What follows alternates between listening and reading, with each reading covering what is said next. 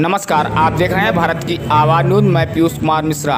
उत्तर प्रदेश की राजधानी लखनऊ में के निषादगंज मेट्रो सेंटर के सफायर सूट्स में रविवार को युवा लेखिका ईशिका अमरनानी की पहली पुस्तक खुद सा इश्क का विमोचना हुआ। सुप्रसिद्ध नाटक मेरे राम के लेखक डॉक्टर नरेश कत्यान ने किताब का विमोचना किया। इस दौरान पिता विनोद चंद्री रमानी, मां मंजू चंदी रमानी, निष्ठा उज्ज्वल और प्रणव मौजूद रहे। लेखिका ईशिका अमरनानी ने बताया कि खुद सा इश्क उनकी पहली किताब है। यह किताब उनके संघर्ष की गाथा है। बताया कि लगभग 12 साल पहले वह मुंबई के सड़क हादसे में गंभीर रूप से घायल हो गई और वह 2 साल तक बेड रेस्ट पर रही। इस बीच वह तमाम संघर्षों से लड़ती रही। बताया कि आम तौर पर जीवन एक पूर्ण विराम पर समाप्त होता है, लेकिन मेरा जीवन तो उनकी बिंदु के बाद शुरू हुआ। इस दौरान उन्होंने अपने जीवन के तमाम पहलुओं को शब्दों में पिरोना शुरू किया। अपनी ज़िंदगी के दर्दनाक हादसे, कठिन और पीड़ादायक अनुभवों को खुद सा इश्क का नाम दिया। उन्होंने बताया कि यह उनकी पहली किताब है। ज़िंदगी को बोझ समझकर आत्मघाती कदम उठाने वाले युवाओं के लिए यह किताब ज़िंदगी जीने का जज्बा देगी। लेखिका ईशिका अमरनानी बताती हैं कि परमहंस योगानंद की आत्मकथा योग से उन्हें किताब लिखने की प्रेरणा मिली, जिसके बाद उन्होंने परमहंस योगानंद और आनंद मूर्ति को अपना आदर्श मान खुद के संघर्ष को साहित्य का रूप देने की कोशिश की। देखिए लखनऊ से हमारे सहयोगी सुनील सिंह की रिपोर्ट। मैं बुक लॉन्च हुआ है आज का, बहुत अच्छा नाम तो रखा। खुद सही से थोड़ा परिचित बताएं। मैं ईशिका अमरनानी आप सबका बहुत बहुत शुक्रिया करना चाहती हूँ कि आज मेरी पहली ज़िंदगी की कविता खुद सा इश्क, जो मेरे गुरुओं की प्रेरणा से पनपी है और करीबन कुछ 8-10 साल पहले एक्सीडेंट के दौरान मैं 2 साल बिस्तर पे थी और मैं हौसला खो रही थी, जो आज के ज़माने में सुसाइडल टेंडेंसीज़ कहते हैं, जो बच्चे बहुत जल्दी उस चीज़ से उन सोच को पनपा रहे हैं। तो मैं भी लेटे यही सोची थी कि मेरा जीवन व्यर्थ है और मेरा 5 साल का बच्चा वो एक माँ के ममत्व को कहीं ना कहीं बिखरता हुआ देख रहा था। तो उस समय ऑटोबायोग्राफी फॉर योगी, मेरे बाबा परमहंस योगानंदा जी की किताब, वो मुझे लेटे जब मुझे हाथ लगी और मैंने उसे पढ़ना शुरू करा, तो गुरु की कृपा से, मेरे ज्ञान गुरु आनंद मूर्ति गुरु माँ, उनकी शिक्षा से और मेरे आचार्य आयुर्वेदिक डॉक्टर के वासु, उन सबकी ही प्रेरणा का स्रोत, उनकी कृपा से मैं आज जीवित हूँ और सांस ले रही हूँ। तो आज आप सबके समक्ष मैं जो बोल पा रही हूँ वो मेरे गुरु की देन है, तो मैं सिर्फ उनका ही धन्यवाद करूँगी। तो मेरी किताब में मेरे ही दर्द सबक का सबब है और वो कविताओं की श्रृंखलाओं में स्वरूप लेकर, और क्योंकि ये मेरे बच्चे के लिए एक प्रेरणा का स्रोत थी, तो मैंने इसे व्हाट्सएप लैंग्वेज में लिखा, मार्केट रिस्क लेके। तो मेरी किताब अमेज़ॉन फ्लिपकार्ट पे नहीं है।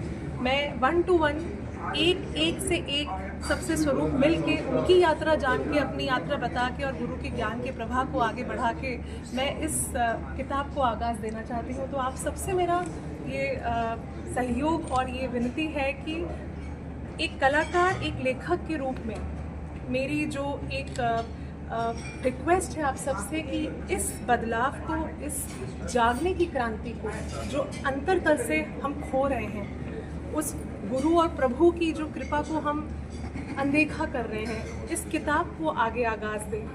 मैं खुद अपने इस स्वरूप को एक कलाकार होके मैं नहीं चाहती वो आगे बढ़े। मैं चाहती हूँ कि मेरी किताब, जो उसका लक्ष्य है, जो उसका पर्पस है, वो आगे बढ़े, इंसानियत का जज्बा आगे बढ़े और जो हम खुद से इश्क कम करते हैं, बाकी सबसे तो करते ही रहते हैं, उस प्रेम को आगे बढ़ाएं।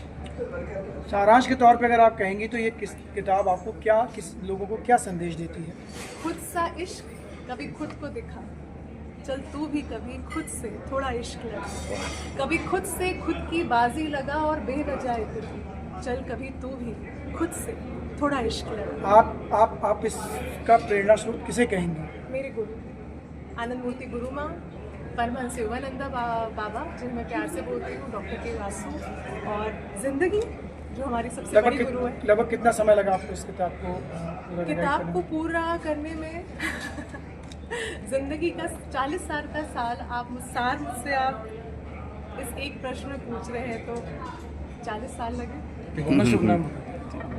इशिका अमरनाथ। ओके जी जी बहुत ही प्राउड फील हो रहा है आज अपनी बच्ची को इस जगह पे देख के। आप सबके सपोर्ट से, गुरु की कृपा से आज वो यहाँ तक पहुँच पाई है।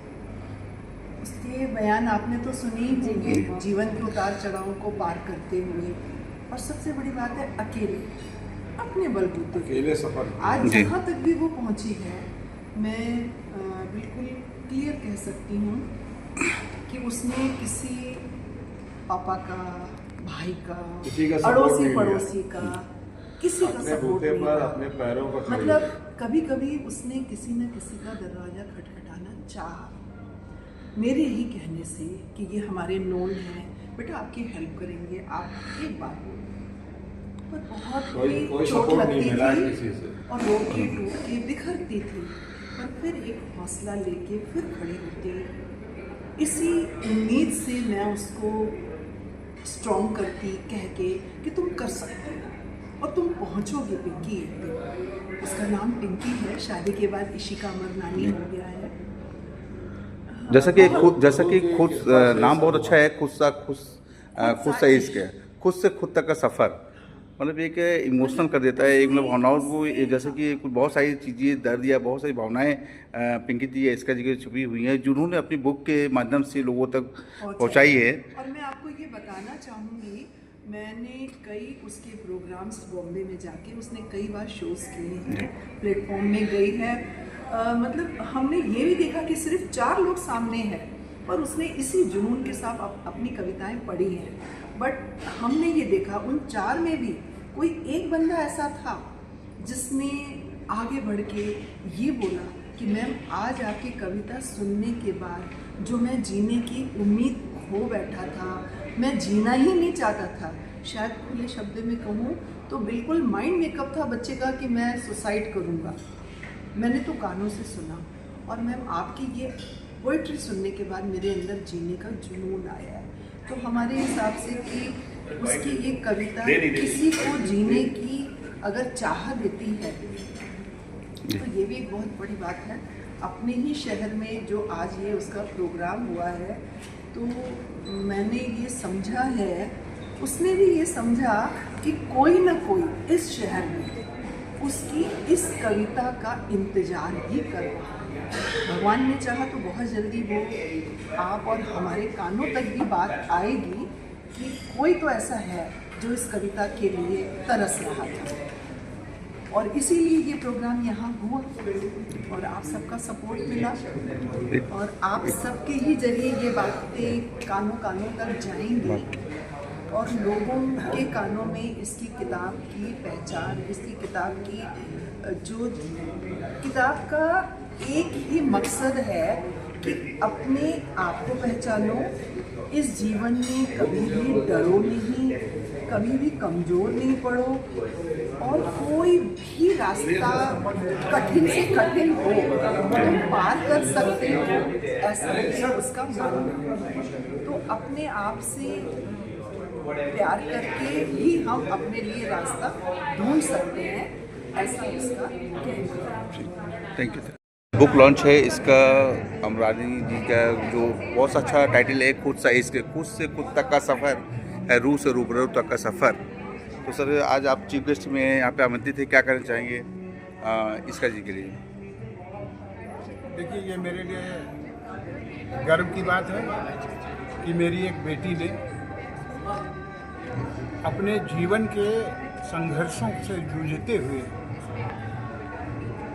अध्यात्म की तरफ अपने को जोड़ा, और उस अध्यात्म से और उसके जीवन का जो तालमेल है वो पहली कृति के रूप में आया है, खुद सा इश्क, अपने जैसा इश्क। मतलब संसार में जितना भी जितने भी तरह का प्रेम है, इश्क है, वो इश्क व्यक्ति अपने हिसाब से अपने ढंग से देखता है। तो इस सारे दुनिया के जितने भी प्रेम हैं वो सब स्वयं के प्रति है। ये इस पुस्तक का शीर्षक है। बाकी कई आपने इसमें सुनी ही हैं कविताएं, पिता पर, माता पर, समाज के लोगों पर, अपने जीवन पर वो कैसे क्या समझती है, उसमें क्या कहना चाहा है। तो उसको एक चिंता भी है एक रचनाकार के रूप में कि समाज का जो क्षरण हो रहा है, संस्कारों का जो पतन हो रहा है, वो उसकी चिंता है। और उसी चिंता के कारण वो लोगों को जागृत करना चाहती है, वो माताओं को जागृत करना चाहती है कि बच्चों को खुद संस्कारित होकर के बच्चों को संस्कार दो। उसने अपना पूरा श्रेय जीवन का, कृति का, अपनी सांसों तक का श्रेय गुरुओं को दिया है। मैं उन गुरुओं को भी प्रणाम करता हूँ और वो गुरुओं की कृपा से, भगवान की कृपा से इसी तरह से आगे बढ़ती रहे, ये मेरा आशीर्वाद है। उसके साथ मेरी शुभकामनाएं। सर एक बार अपना पूरा परिचय देते हुए। मेरा नाम डॉक्टर नरेश कात्यायन है और मैं शुरुआत में आप यूँ समझिए कि जन्म से ही सरस्वती ने मुझ पर कृपा की। मैं कक्षा 5 से पहली कविता लिखनी शुरू कर दी और उसके बाद जब तक मैं इंटरमीडिएट में पहुंचा हूं तो मैं प्रदेश के बाहर जाने लगा कवि सम्मेलनों में। भगवती की कृपा रही, मेरी करीब 6-7 पुस्तकें प्रकाशित होकर के सब पे सम्मान मिले। और उसके बाद तमाम लोगों से, देश के और बाहर के लोगों से जुड़ा हुआ। मैंने यहाँ एक संस्था बनाई थी, 5 वर्ष तक मैंने उसका 2 दिवसीय समारोह किया, जिसमें 12-13 देशों के लोगों को बुलाता था। मैं अंतर्राष्ट्रीय हिंदी कविता समारोह यहाँ करता रहा, उपलब्धि पत्रिका भी निकालता रहा, विधानसभा में सेवा भी करता था। पहले विधानसभा अध्यक्ष जी जो मुझे लाए थे, पंडित केशवनाथ त्रिपाठी, मैं उनका साहित्यिक सलाहकार भी रहा और साहित्यिक जीवन इसी तरह से बीतता रहा। आज वो स्थिति है कि आज मैंने कई नाटक, पद्यात्मक नाटक मैंने स्थापित किए हैं जो हो रहे हैं। हमारे राम यहाँ भी हुआ था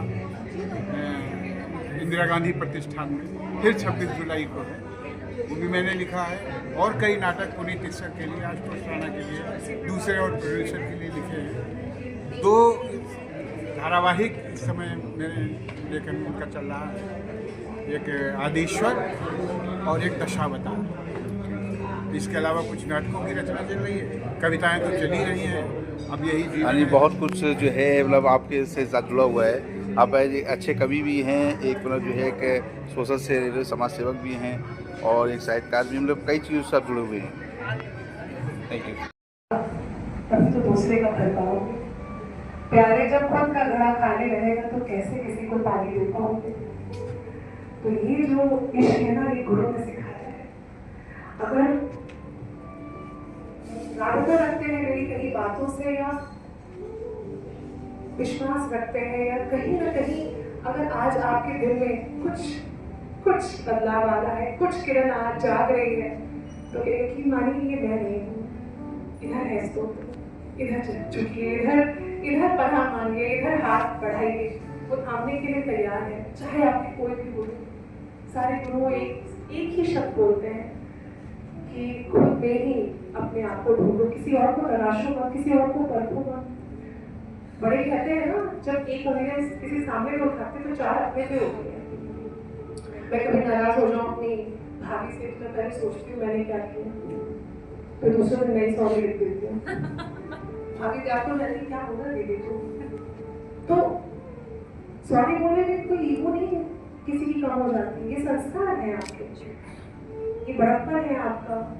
जब आप अपने अंदर ही अपनी खामियां देखेंगे, सामने की खामी दिखेगी नहीं, क्योंकि अभी बदलाव तो इधर आना जरूरी है।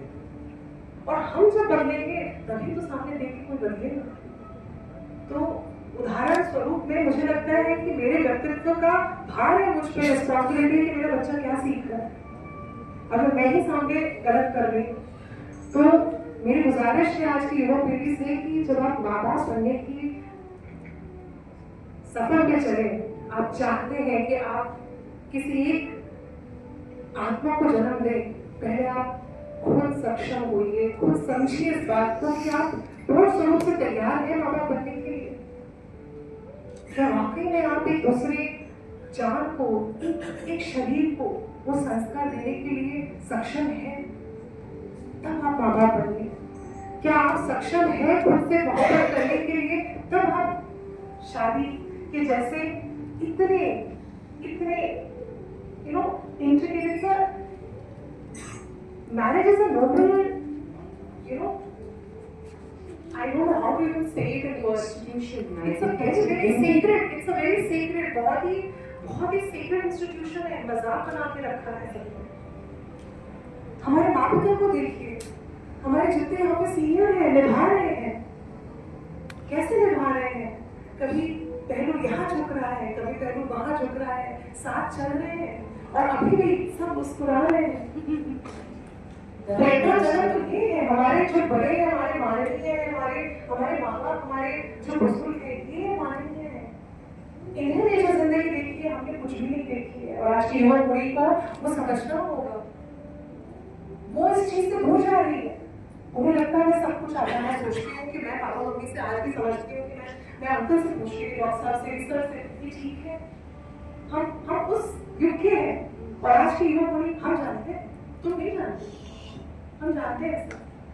तो मेरी गुजारिश है कि आप किसी जान को जब एक नया स्वरूप, एक माँ अपने कोख में उसको स्वरूप दे, तो पहले वो जागृत माँ बने, तब वो असली माँ बनेगी।